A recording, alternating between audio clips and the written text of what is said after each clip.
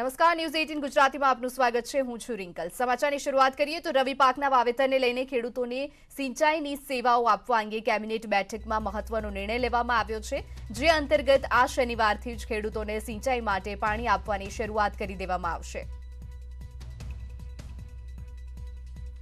તો રવિ સિઝન પહેલા શનિવારથી જ ખેડૂતોને સિંચાઈ માટે પાણી આપી દેવામાં આવશે। ખેડૂતો માટે ભૂપેન્દ્ર પટેલ સરકારે કેબિનેટ બેઠકમાં મોટો નિર્ણય લીધો છે। શનિવારથી જ રાજ્યના તમામ ખેડૂતોને પાણી આપી દેવામાં આવશે। રવિ સિઝનના વાવેતર માટે ખેડૂતોને રાહતરૂપ સમાચાર છે। શનિવારથી ખેડૂતોને સિંચાઈ માટે પાણી આપવામાં આવશે। કેબિનેટ બેઠકમાં ભૂપેન્દ્ર પટેલ સરકારનો મોટો નિર્ણય।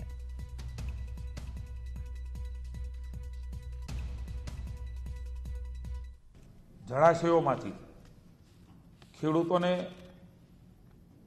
સમયસર પાણી મળી રહે એના માટે શનિવારથી એ પાણી આપવાનું ખેડૂતોને સિંચાઈનું રાજ્યની સરકારે માનનીય ભૂપેન્દ્રભાઈ પટેલે નિર્ણય કર્યો છે। ખેડૂતોની જ્યારે પણ ડિમાન્ડ આવશે અને જ્યાં પાણીનો સંગ્રહ અને પાણી સિંચાઈ માટે આપી શકાય એવું ઉપલબ્ધ છે ત્યાં રાજ્યની સરકાર શનિવારથી જ આ પાણી આપવાની શરૂઆત કરશે। અતિવૃષ્ટિની સહાયમાં વંચિત રહી ગયેલા લોકો અંગે પણ કેબિનેટમાં ચર્ચા થઈ। સરકારના પ્રવક્તા જીતુ વાઘાણીએ કહ્યું કે સરકાર હંમેશા ખેડૂતોની પડખે જ છે। યોગ્ય રજૂઆતોને ધ્યાનમાં લઈ જો સાચે કોઈ વંચિત રહી ગયું હશે તો સહાય આપવામાં આવશે। કેટલાક જિલ્લાઓમાં જે પહેલું પેકેજ મળ્યું છે એમાં રેનફોલ થયો છે, કેટલાક ગામ રહી ગયા છે, આવી જે માહિતીઓ મળી છે એમાં પણ સરકાર ખુલ્લા મનની છે।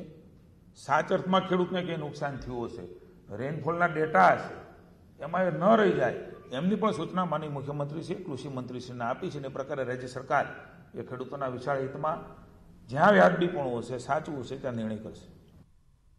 વાહન વ્યવહાર વિભાગે ડ્રાઇવિંગ લાયસન્સને લગતી કુલ 4 સેવાઓ લોન્ચ કરવાનો નિર્ણય કર્યો છે। ગ્રામ્ય કક્ષાએ ઈ-ગ્રામની મદદથી નોમિનલ ચાર્જથી રજીસ્ટ્રેશનને લગતી વ્યવસ્થા ગ્રામ્ય કક્ષાએ ઉપલબ્ધ કરાવવામાં આવશે। આ અંગે સરકારના પ્રવક્તા જીતુ વાઘાણીએ જાણકારી પૂરી પાડી હતી। ડ્રાઇવિંગ લાયસન્સ સંબંધિત કુલ 4 જેટલી સેવાઓ ઈ-ગ્રામ કેન્દ્રો મારફત શરૂ કરવા માટે રાજ્ય સરકારે નિર્ણય લીધો છે। રાષ્ટ્રપતિ રામનાથ કોવિંદ 29મી ઓક્ટોબરે ભાવનગરના પ્રવાસે આવી રહ્યા છે, જ્યાં તેઓ આવાસ યોજનાનું લોકાર્પણ કરશે। સાથે જ મહુવામાં મોરારી બાપુ સાથે પણ મુલાકાત કરશે। રાષ્ટ્રપતિ ભાવનગરમાં એક દિવસના રોકાણ બાદ બીજા દિવસે દિલ્હી જવા રવાના થશે। તેઓ સવારે 10 વાગ્યે ભાવનગર એરપોર્ટ ખાતે ઉતરશે। ત્યાંથી તેઓ મહુવા ખાતે મોરારી બાપુની મુલાકાત માટે રવાના થશે, જ્યારે બપોરે 12 કલાકે મોરારી બાપુ સાથે મુલાકાત કરી ફરી સાંજે 4:30 કલાકે ભાવનગર પહોંચશે, જેમાં તેઓ શહેરના સુભાષનગર ખાતે 1088 પ્રધાનમંત્રી આવાસ યોજનાનું લોકાર્પણ કરશે। રાષ્ટ્રપતિની સાથે મુખ્યમંત્રી ભૂપેન્દ્ર પટેલ અને રાજ્યપાલ આચાર્ય દેવવ્રત પણ ભાવનગર આવશે। તો આવતા દિવસોમાં ગાંધીનગરથી પણ અધિકારીઓની ટીમ કામગીરીનું નિરીક્ષણ કરવા માટે આવશે। દેશના રાષ્ટ્રપતિ જ્યારે આવનાર 29 તારીખે ભાવનગર આવી રહ્યા છે ત્યારે સર્વપ્રથમ તેઓ મહુવા પૂજ્ય મોરારી બાપુને ત્યાં જશે અને ત્યારબાદ આપણે જે સ્થળ જોઈ રહ્યા છીએ ત્યાં તેઓ પોતે લોકાર્પણ માટે આવશે। તમે દ્રશ્યમાં જોઈ શકો છો કે ઓવરઓલ જે આ પ્રધાનમંત્રી આવાસ યોજના છે તે આવાસ યોજનાનું લોકાર્પણ કરવાનો કાર્યક્રમ દેશના જે રાષ્ટ્રપતિ છે તેમના દ્વારા કરવામાં આવશે। ઓવરઓલ જે આ પ્રધાનમંત્રી આવાસ યોજના છે તેમની વાત કરીએ તો એક સાથે 17 વિંગમાં આનું ડેવલપિંગ કરવામાં આવ્યું છે। 1088 બ્લોક છે તેમાં એનો સમાવેશ કરવામાં આવ્યો છે। ભૂકંપની પ્રૂફ જે આ ડિઝાઇન છે તે ડિઝાઇન છે તેવી બનાવવામાં આવી છે।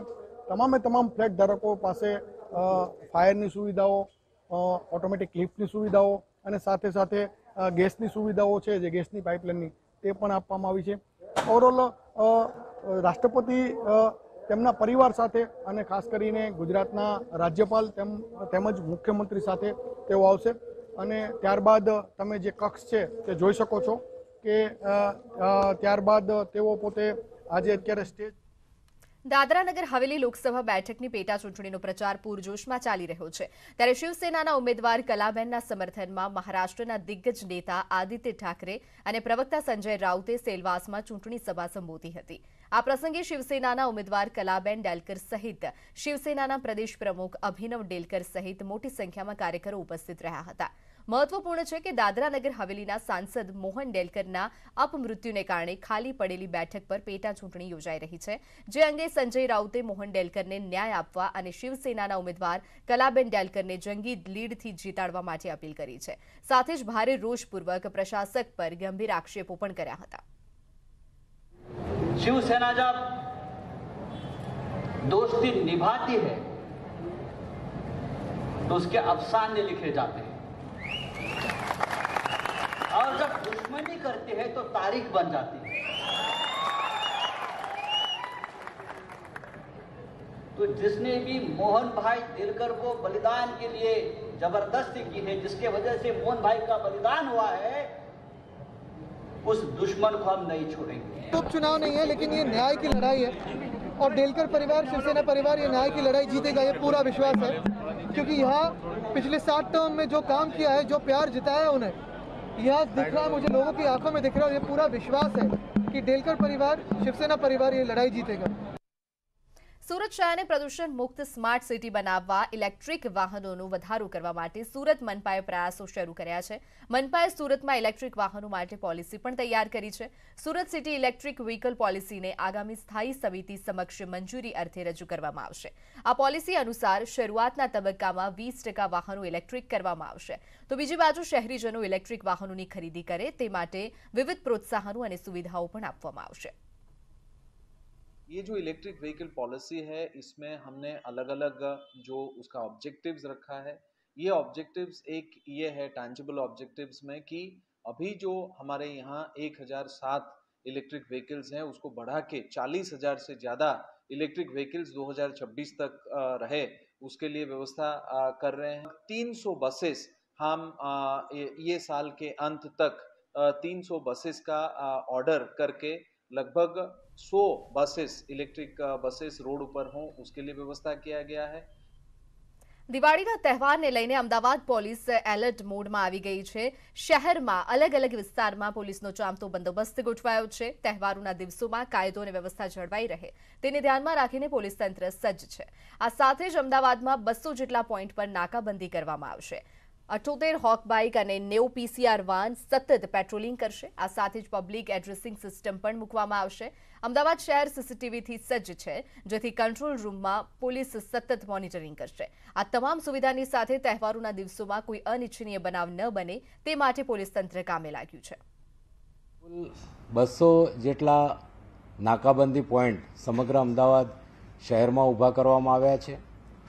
અમદાવાદ શહેરની અંદર કોઈપણ ટાઈમે પીસીઆર વાહન શહેરમાં ગમે ત્યારે મળી રહે તે રીતે આયોજન કરવામાં આવ્યું છે। કુલ 90 જેટલી પીસીઆર વાહન આ કામગીરી કરશે। ઉપરાંત શહેરની અંદર 78 જેટલી હોક બાઇકનો ઉપયોગ કરવામાં આવશે, જે કોઈપણ પરિસ્થિતિને પહોંચી વળવા માટે ત્વરિત લોકોને મદદ કરી શકે। ઉપરાંત સવાર અને સાંજ ભીડભાડવાળા વિસ્તારમાં પેટ્રોલિંગ કરી શકાય માટે કુલ 130 જેટલી ફૂટ પેટ્રોલિંગ ટીમોની વ્યવસ્થા કરવામાં આવી છે। રાષ્ટ્રીય એકતા દિવસ નિમિત્તે દેશના વિવિધ ભાગોમાંથી પોલીસ અને પેરામિલિટરી ફોર્સના જવાનોની બાઇક રેલી યોજાઈ રહી છે, જેમાં જમ્મુ કાશ્મીર પોલીસની બાઇક રેલી પણ હાલ આકર્ષણનું કેન્દ્ર બની છે। જમ્મુ કાશ્મીરના ઉરીથી નીકળેલા સૈનિકો નર્મદાના કેવડિયા પહોંચ્યા છે। બ્લેક રંગનો રૂઆબદાર ડ્રેસ અને રાષ્ટ્રીય એકતાનો સંદેશો લઈને આ જવાનોની બાઇક રેલી કેવડિયા પહોંચી છે।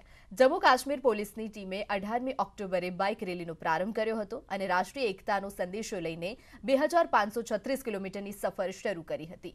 આ ટીમ હાલમાં સ્ટેચ્યુ ઓફ યુનિટી પર પહોંચી છે। दिस मंथ शुरू हुई थी उड़ी जे&के से।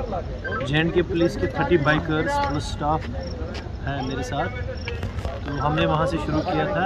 पंजाब, हरियाणा, दिल्ली, यूपी, एमपी से होकर आज 26 तारीख को हमने स्टैचू ऑफ यूनिटी तक पहुँचे। किस तरह का आपका सफ़र रहा जम्मू से? बहुत अच्छा रहा। हर जगह हर स्टेट की पुलिस ने हमें बहुत सपोर्ट किया, स्वागत किया, फैसिलिटेट किया, लोगों ने बड़ा इंकरेज किया।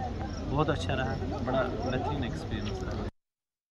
દિવાળીએ દ્વારકાધીશ જગત મંદિરે ઉજવાશે દીપોત્સવ। કોવિડ ગાઈડલાઈન મુજબ ઉજવાશે દીપોત્સવ। 2 ઓક્ટોબરે 6 નવેમ્બર સુધી વિશેષ ઉજવણી। તહેવારોમાં શ્રીજીના દર્શનના સમયમાં ફેરફાર રહેશે। 2 નવેમ્બરે વાઘ બારસે નિત્યક્રમ મુજબ દર્શન રહેશે।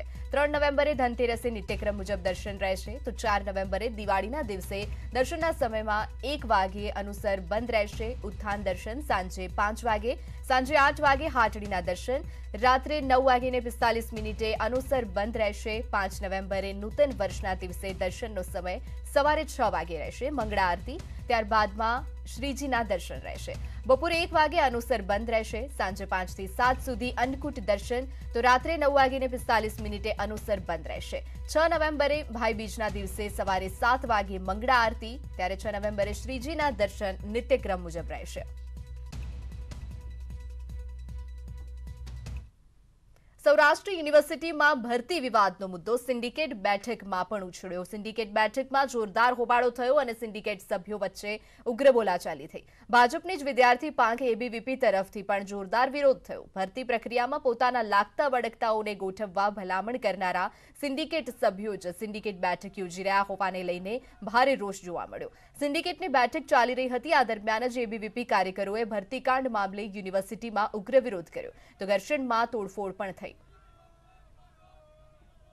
100% કાર્યવાહી એટલા માટે થવી જોઈએ કે જ્યારે કુલપતિ જેવા પદ ઉપર જ્યારે આપણે સૌરાષ્ટ્ર યુનિવર્સિટીના અધ્યાપક અને વિદ્યાર્થીઓમાં આપણે પ્રામાણિકતા અને આદર્શોની વાત કરતા હોય તો એમની નૈતિક જવાબદારી થાય છે કે તેમને આ પ્રક્રિયામાં આગળ આવી અને પ્રક્રિયા કરવી જોઈએ અથવા એમને રાજીનામું દઈ દેવું જોઈએ। કોંગ્રેસના સભ્યોએ આ વિદ્યાર્થીના હિતની વાત કરીને વિદ્યાર્થીના અહિત કર્યું છે।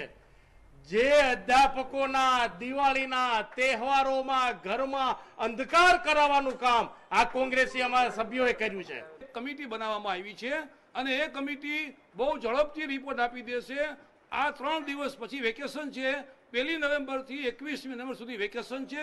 વેકેશન ખુલતા સુધીમાં ઝડપથી પ્રક્રિયા હાથ ધરાય આવો પ્રયાસ કરવાની ચર્ચાઓ થઈ છે અને નિર્ણય લીધો છે।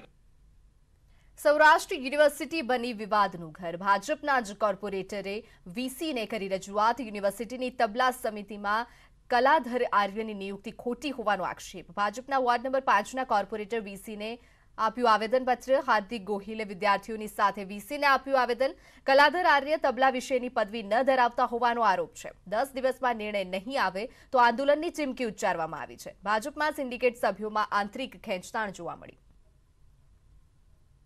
સૌરાષ્ટ્ર યુનિવર્સિટીમાં વિવાદો છે એક બાદ એક આવ્યા રાખે છે, ત્યારે ફરી એક વિવાદ છે તે સામે આવ્યો છે। ભાજપના જ નગરસેવકે ભાજપના જ જે સિન્ડિકેટ સભ્ય છે કલાધર આર્ય તેના ઉપર આરોપ મૂક્યા છે અને તેને સિન્ડિકેટ સભ્ય તરીકે જે વરણી થઈ છે તે ખોટી રીતે થઈ છે તો તેમનો આક્ષેપ છે। અને આપણી સાથે ભાજપના કોર્પોરેટર છે। હાર્દિકભાઈ, શું કહેશો? જે રીતના તમે એક આવેદનપત્ર પણ આપ્યું છે, કુલપતિને રજૂઆત કરી છે, આ શું મામલો છે આખો?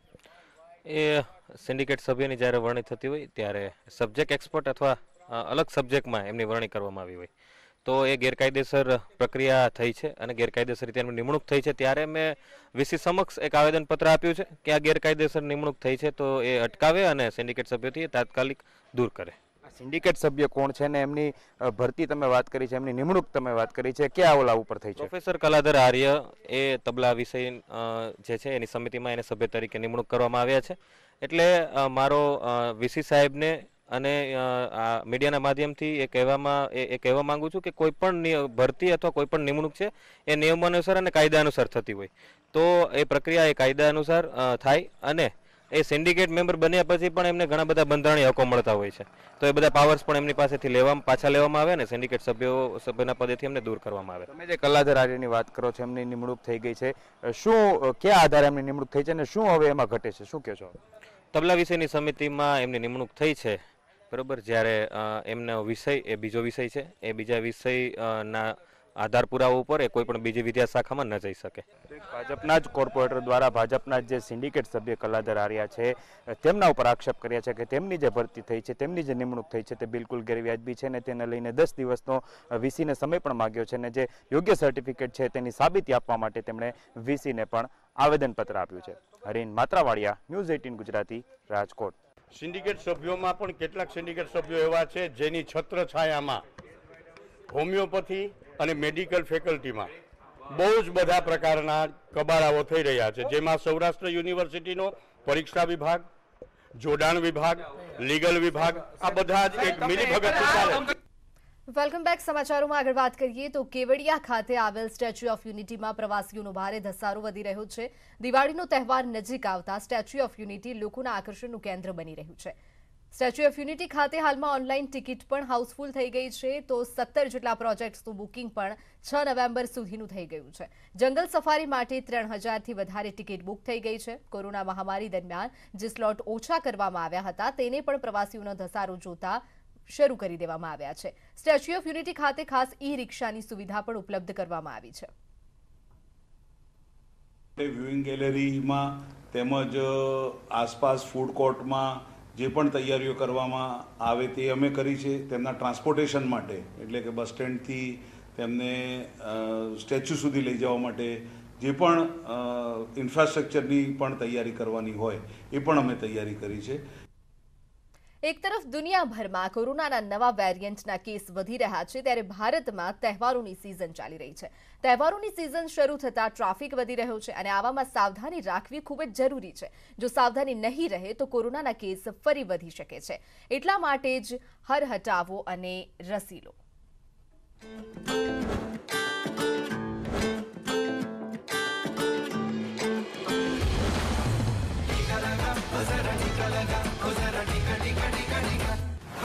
खतरनाक है कोरोना का नया वेरिएंट AY 4.2.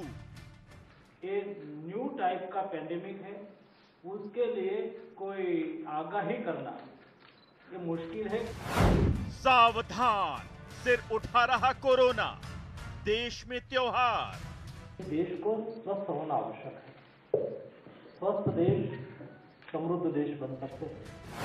खबरदार, लापरवाही से होगा कोरोना का प्रसार.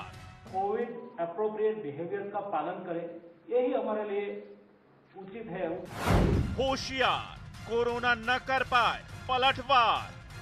किसी को दुनिया में कौन सी वेव कब आएगी वो किसी को पता नहीं है, इसलिए मैं तो मेरी ओर से हमेशा कहता हूँ कि हमें सतर्क रहना है.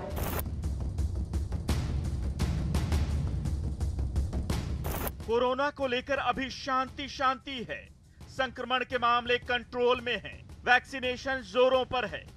100 करोड़ से ज्यादा वैक्सीन की खुराक लगाई जा चुकी है, लेकिन अब भी टीके की दोनों खुराक लेने वालों की तादाद 35% तक नहीं पहुंच पाई है. ऐसे में कोरोना के नए वेरिएंट की एंट्री ने चिंता बढ़ा दी है. AY 4.2 नामक कोरोना के इस नए वेरिएंट की पहचान सबसे पहले ब्रिटेन में की गई थी. अब भारत में भी इसके संक्रमण की खबर सामने आ रही है. मध्य प्रदेश और महाराष्ट्र में इस वेरिएंट से संक्रमित मरीज मिले हैं. स्वास्थ्य मंत्री मनसुख मंडाविया ने AY 4.2 नामक कोरोना के नए वेरिएंट की जांच होने की बात कही है. अभी जांच चल रही है, टीम उसको चेक कर रही है. उसमें उसके बिना सोचे समझे तो स्टेटमेंट दे देना कि इतना खतरनाक होगा, ऐसा मेरे लिए भी उचित नहीं है. हालांकि अभी नए वेरिएंट से संक्रमितों की संख्या काफी कम है. मध्य प्रदेश में जो लोग इस नए वेरिएंट से संक्रमित हुए थे वो सभी अब स्वस्थ हैं. लेकिन जिस तरह से चीन में एक बार फिर कोरोना पांव पसार रहा है वो डराने वाला है. भारत में अभी त्योहारों का सीजन चल रहा है. रोजगार और व्यापार के लिए घर से दूर रह रहे लोग अपने गांव और शहर लौट रहे हैं. ऐसे में नया वेरिएंट खतरनाक साबित हो सकता है.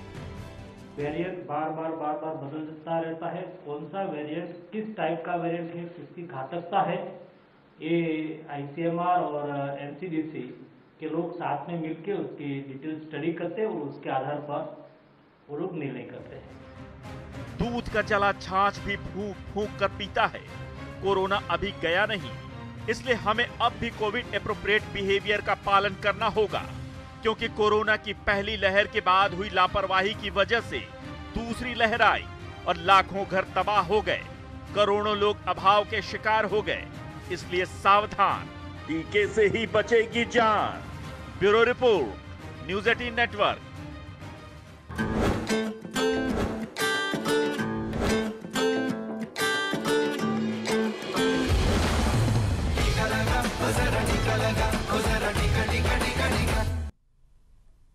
શ્વેત ક્રાંતિના 75 વર્ષની ઉજવણી થઈ રહી છે, ત્યારે આવો જોઈએ કે સોમનાથ મહાદેવ ટ્રસ્ટના ટ્રસ્ટી પી.કે. લહેરી શું કહી રહ્યા છે। દૂધ એ બાળકોના પ્રોટીનનું મુખ્ય સાધન છે અને દૂધનું ઉત્પાદન વધે, સારામાં સારું પશુપાલન થાય। આખા પશુપાલનનું અલગ મંત્રાલય બનાવ્યું છે, એના કેબિનેટ કક્ષાના મંત્રી છે, એટલે મને શ્રદ્ધા છે કે આગામી 5 વર્ષમાં આ ગુજરાતની શ્વેત ક્રાંતિ છે એ સમગ્ર દેશમાં ફેલાશે અને તેના દ્વારા ખેડૂતો, પશુપાલકો અને અનેક લોકોને સારી રોજગારી અને આવક મળશે।